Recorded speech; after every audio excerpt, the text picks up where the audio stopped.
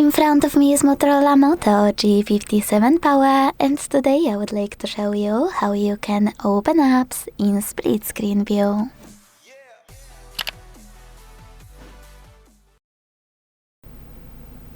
Begin by launching two apps you wanna use in this view in the background.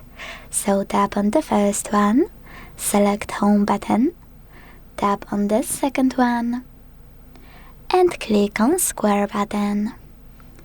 With both of them opened, click on the icon of an app you wanna use at the top half of your screen. Let's go with Chrome. When I click on this icon, I will be able to access Chrome pop-up. Now to continue, select Split Screen and click on the second app to operate in both at once.